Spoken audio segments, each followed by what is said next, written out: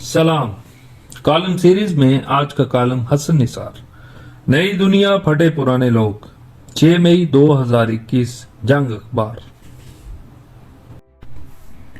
کسب ہی نصب ہے. کبھی موچی، دھوبی، نائی، لوہار، چمار، ترکھان یا جٹ، گجر، ارائی وغیرہ ذاتیں برادریاں تھیں، لیکن اب سلو موشن میں سب کچھ بدل چکا یا بدل رہا ہے، لیکن اتنی آہستگی سے کہ بیشتر لوگ اسے دیکھ نہیں پا رہے.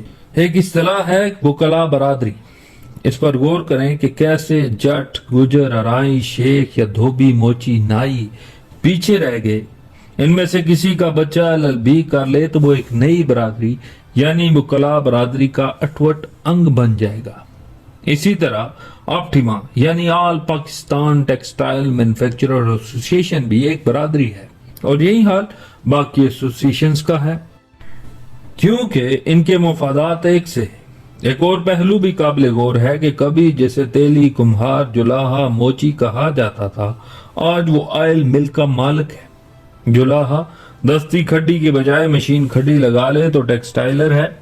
موچی اگر ہاتھ سے کام کرنے کی بجائے جوتے بنانے کی انڈسٹری لگا لے تو وہ فلاں انڈسٹری کا معزز مالک ہے.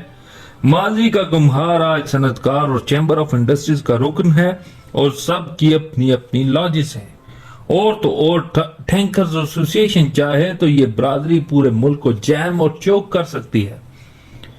ان سب نئی برادریوں کے اپنے اپنے مکھیا اور چودھری ہیں. معاف کیجئے گا، شوگر انڈسٹری کو تو میں بھول ہی گیا، لیکن کہانی بہت ہی لمبی ہے. کسے یاد رکھوں، کسے بھول جاؤں. عرض کرنے کا مقصد صرف یہ کہ دنیا ہر طرف سے، ہر رخ سے، افقی، عمودی، غازیہ کے ہر انداز میں یکسر تبدیل ہوتی جا رہی ہے، اور تبدیلی کے اس عمل کی رفتار میں تیزی سے اضافہ ہوتا چلا جائے گا، اور ہم جیسے لوگ تو وقت کی روٹی کی دلدل میں ہی دسے رہے تو انجام. سونے پہ سہاگا یہ کہ ہمارے ہاں آج بھی نابغوں پر صفحے کالے کیے جاتے ہیں جو 2021 میں مکمل طور پر irrelevant ہو چکے ہیں. منجنیکوں کا ہائیڈروجن بموں سے موازنہ. یہاں تو نام نہاد پڑھے لکھے لوگوں کو جدید علوم کے ناموں تک کا علم نہیں، اور میں خود بھی ان میں شامل ہوں، لیکن ذہنیت وہی شاعرانہ قسم کی ہے کہ لڑا دے ممولے کو شہباز سے. حالانکہ خالق نے ممولے کو شہباز سے لڑنے نہیں، اس کی خوراک بننے کے لیے ڈیزائن کیا ہے. کبھی یورپ وغیرہ میں بھی جوائنٹ فیملی سسٹم ہوتا تھا، لیکن پھر عظیم صنعتی انقلاب نے بتدریج سب کچھ ادھیڑ کر رکھ دیا. کبھی زندگی قریب ترین خاندان دور بار کے عزیز و اقارب اور برادری کے گرد گھومتی تھی، کیونکہ سارے کا سارا معاملہ کو ایگزسٹنس یا نو ایگزسٹنس کا تھا.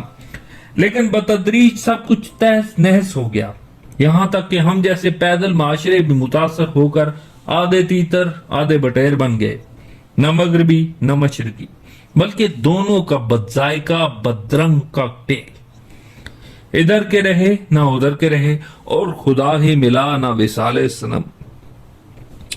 آج اپنے ارد گرد دیکھتا ہوں تو ظواہر و عبادت کے حوالے سے نماز، روزہ، حج، عمرہ، زکوٰۃ ماشاء اللہ سب اسلامی، لیکن باطن میں جھانکوں اور عبادات کے مقابل عادات و معاملات کو دیکھوں تو جھوٹ، رشوت، ملاوٹ، خوشامد، غیبت، منافقت، ریاکاری، کام چوری وغیرہ وغیرہ کے علاوہ کچھ بھی نہیں. لیکن مجال ہے کہ کوئی ان پر فوکس کرے.